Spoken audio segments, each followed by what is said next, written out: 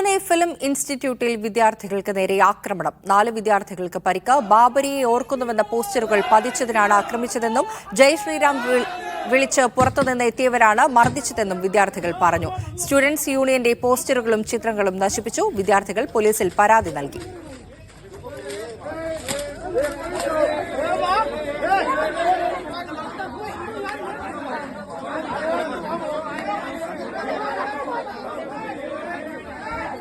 ഇപ്പോൾ പൂനെ ഫിലിം ഇൻസ്റ്റിറ്റ്യൂട്ടിലെ ഒരു വിദ്യാർത്ഥിയായിട്ടുള്ള ഇർഫാൻ നമ്മോടൊപ്പം ചേരുന്നുണ്ട്. ഇർഫാൻ, എന്താണ് അവിടെ സംഭവിച്ചതെന്ന്? ഹലോ. ഉച്ചയ്ക്ക് ഒരു 1:30 ആയ സമയത്താണ് സംഭവിച്ചത്. നമ്മൾ ഇന്നലെ രാം മന്ദിർ ഇനാഗുറേഷനുമായിട്ട് ബന്ധപ്പെട്ട് remember Babri death of constitution എന്ന് പറഞ്ഞിട്ടുള്ള ഒരു ബാനർ ഇവിടെ സ്റ്റുഡൻസ് അസോസിയേഷന്റെ ഭാഗമായിട്ട് വെച്ചിരുന്നു. അതോടൊപ്പം തന്നെ ഒരു ഫോട്ടോ എക്സിബിഷൻ, ബാബരി മസ്ജിദ് ഡിമോളിഷനുമായിട്ട് ബന്ധപ്പെട്ട ഫോട്ടോ എക്സിബിഷനും ഇത് രണ്ടും നമ്മൾ ഇന്നലെ സംഘടിപ്പിച്ചിരുന്നു. അതോടൊപ്പം പകുതി ദിവസത്തെ ലീവ്, ഹാഫ് ഡേ ലീവിനെതിരെ നമ്മുടെ ഒരു രാവിലെ മുതൽ ഉച്ചവരെ നമ്മുടെ ഒരു അക്കാഡമിക് സെഷനും ഡിസ്കഷനും സംഘടിപ്പിച്ചിരുന്നു. അതോടൊപ്പം തന്നെ വൈകുന്നേരം ആനന്ദ് പട്വർദ്ധന്റെ രാം കെ നാം എന്ന സിനിമയും അതോടൊപ്പം ക്വസ്റ്റ്യൻ ആൻസർ സെഷനും ഡയറക്ടറുമായിട്ട് ക്വസ്റ്റ്യൻ ആൻസർ സെഷനും വെച്ചിരുന്നു. അപ്പം അതിന്റെ ഒരു പ്രതികരണം എന്ന നിലക്കാണ് ഇന്ന് ഉച്ചയ്ക്ക് ശേഷം അവർ ബാനറിനെതിരെയും ഈ റിമെമ്പർ ബാബരി എന്നുള്ള ബാനർ നീക്കം ചെയ്യണമെന്നും ഇവിടുത്തെ സ്റ്റുഡൻസ് എല്ലാം തീവ്രവാദികളാണെന്നെല്ലാം വിളിച്ചുകൊണ്ട് ഗേറ്റിന്റെ അടുത്ത് വന്നിട്ട് ഒരു 8 മുതൽ 15ഓളം വരുന്ന ആളുകൾ അവർ പ്രതിഷേധിക്കാൻ തുടങ്ങി. സെക്യൂരിറ്റി ബ്രീച്ച് ചെയ്തു, അകത്ത് കയറി. സെക്യൂരിറ്റി ബ്രീച്ച് ചെയ്തെന്ന് പറഞ്ഞാൽ ഇവിടെ ഉള്ള സെക്യൂരിറ്റിക്ക് തീർച്ചയായിട്ടും തടഞ്ഞു വെക്കാനാവുന്ന ഒരു ക്രൗഡ് മാത്രമേ ഉണ്ടായിരുന്നുള്ളൂ. എന്നാൽ പോലും അവരുള്ളിലേക്ക് സെക്യൂരിറ്റി ബ്രീച്ച് ചെയ്ത് അകത്ത് കയറി.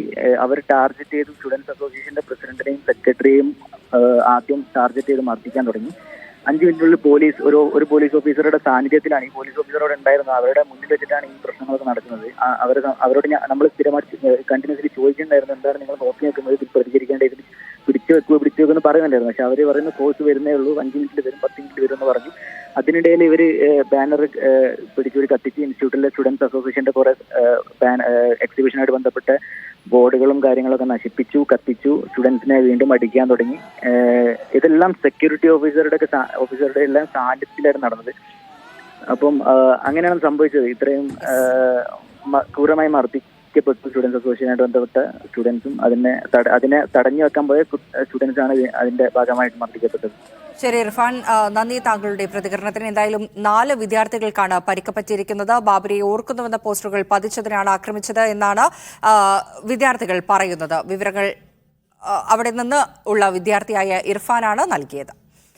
തിരുവനന്തപുരം ബാലരാമപുരത്ത് ബാബരി മസ്ജിദിനെ അനുസ്മരിച്ച് പ്രതിഷേധിച്ചയാൾക്കെതിരെ കലാപാഹനത്തിന് കേസെടുത്തു. ബാലരാമപുരം സ്വദേശി മുഹമ്മദ് സലീമിനെതിരെയാണ് കേസ്. ഇരുവിഭാഗങ്ങൾ തമ്മിൽ സ്പർദ്ധയുണ്ടാക്കണമെന്ന ഉദ്ദേശത്തോടെ സംസാരിച്ചെന്നാരോപിച്ചാണ് നെയ്യാറ്റിൻകര പോലീസ് കലാപാഹനത്തിന് കേസെടുത്തത്. താൻ മതസ്പർദ്ധ സൃഷ്ടിച്ചിട്ടില്ലെന്ന് സലീം പറഞ്ഞു. ജനാധിപത്യ മതേതര വിശ്വാസികളായ എല്ലാ ജനങ്ങളും ഈ കറുത്ത ദിനത്തിനെ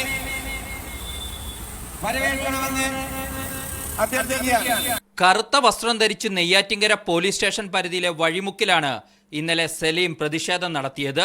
രാമവിഗ്രഹം പ്രതിഷ്ഠിക്കുന്ന സമയത്ത് കരിദിനം ആചരിക്കാനും സലീം ആഹ്വാനം ചെയ്തു. ഇരുവിഭാഗങ്ങൾ തമ്മിൽ സ്പർദ്ധയുണ്ടാക്കണമെന്ന ഉദ്ദേശത്തോടെ സംസാരിച്ചെന്നാരോപിച്ചാണ് നെയ്യാറ്റിൻകര പോലീസ് കലാപാഹ്വാനത്തിന് കേസെടുത്തത്. പോലീസ് ആരോപണം സലീം തള്ളി. ജനാധിപത്യത്തിനും മതേതരത്വത്തിനും വിരുദ്ധമായി എവിടെ എന്ത് കണ്ടാലും ഞാൻ ഒറ്റയ്ക്ക് എതിർക്കും. തീർച്ചയാണ്. ഇത് കണ്ട് ഒന്നും ഞാൻ പിന്നോട്ടില്ല. സ്വമേധയാണ് നെയ്യാറ്റിൻകര പോലീസ് കേസെടുത്തിരിക്കുന്നത്. മീഡിയ 1 തിരുവനന്തപുരം.